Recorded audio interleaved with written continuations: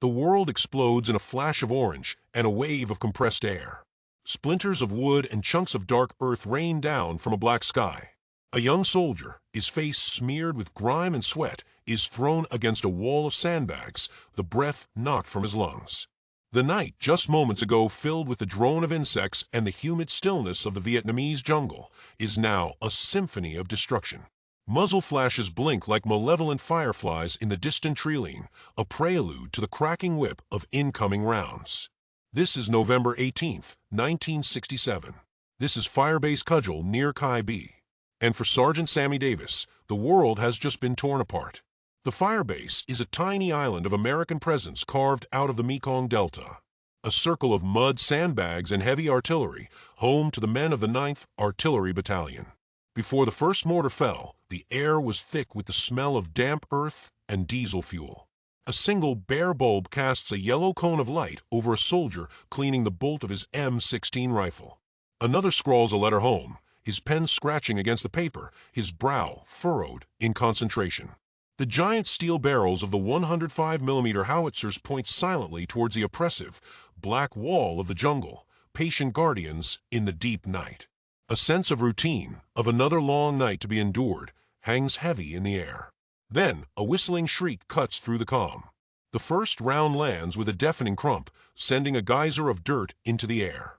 Before the shock can register, another follows, and another. The jungle erupts. Green tracer rounds slice through the darkness from 1,000 different points, converging on their small position. The firebase is being overrun. Men scramble from their bunkers, their faces masks of alarm in the strobing light of the battle. They grab helmets, flak jackets, and rifles, their movements frantic and desperate.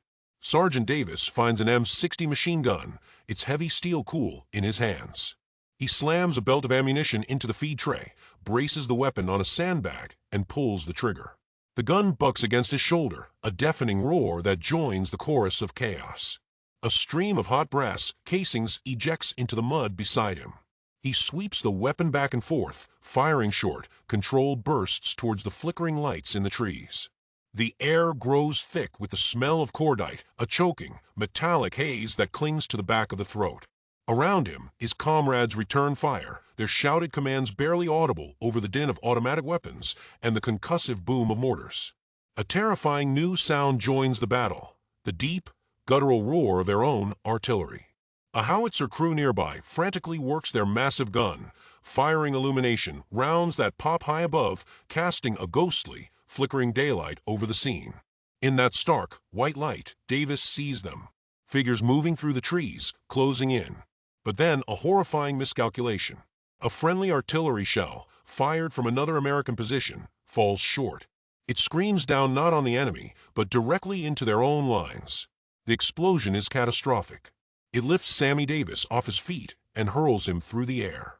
He lands in a muddy trench, his ears ringing with an unbearable silence. A wave of white-hot pain radiates from his back and his side.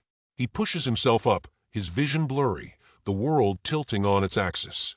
He sees the howitzer position he was just firing from is now a smoking crater.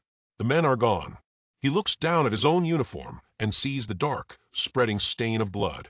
Through the smoke and confusion, his eyes are drawn to the wide, dark river that borders the firebase. The heaviest enemy fire, the relentless stream of green tracers, is coming from the other side. And then he hears it. A sound more terrifying than any explosion. A human scream. A call for a medic, faint but clear, from across the water.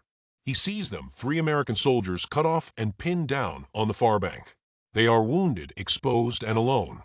A medic tries to get to Davis, to treat his wounds, but he waves him off.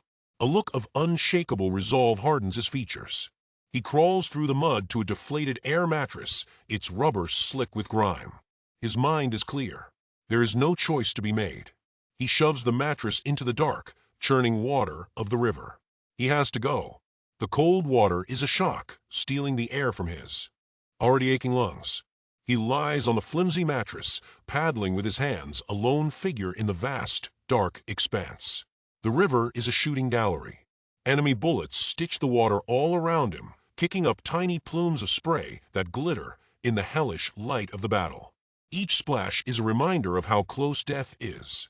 He keeps his head down, his muscles screaming in protest, his wounds throbbing with every movement. He focuses only on the far bank, on the faint cries for help. He drags himself onto the muddy shore, the thick sludge sucking at his boots. He finds the first soldier, a young private with wide, terrified eyes and a mangled leg. The man is in shock, shivering uncontrollably.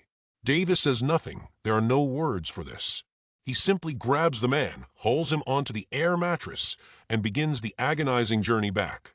The weight of another body makes the paddling a Herculean effort. The current tries to pull them downstream, and the bullets continue to rain down. He delivers the soldier to the relative safety of the firebase, and, without a moment's hesitation, turns back. He plunges into the river again. The smoke is thicker now, the battle more intense. He pushes through the exhaustion, through the searing pain in his back. He finds the other two men. One has a serious chest wound, his breathing ragged and shallow. The other is barely conscious. He knows he can't take them both at once. He puts the more grievously wounded man on the mattress.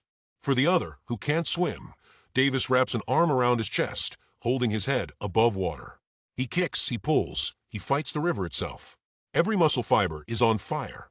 His vision starts to tunnel, but the thought of the men who depend on him is a burning coal in his gut. He is a lifeline in a river of death, a single, stubborn point of courage against an overwhelming tide of violence. He makes it back, depositing the last of the wounded soldiers with the medics. He is bleeding, broken, and utterly spent. But the fight isn't over.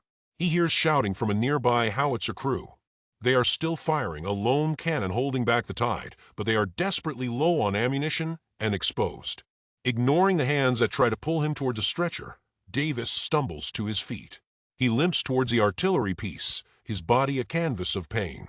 He begins hauling the heavy, brass shells, feeding the gun, helping the crew load and fire.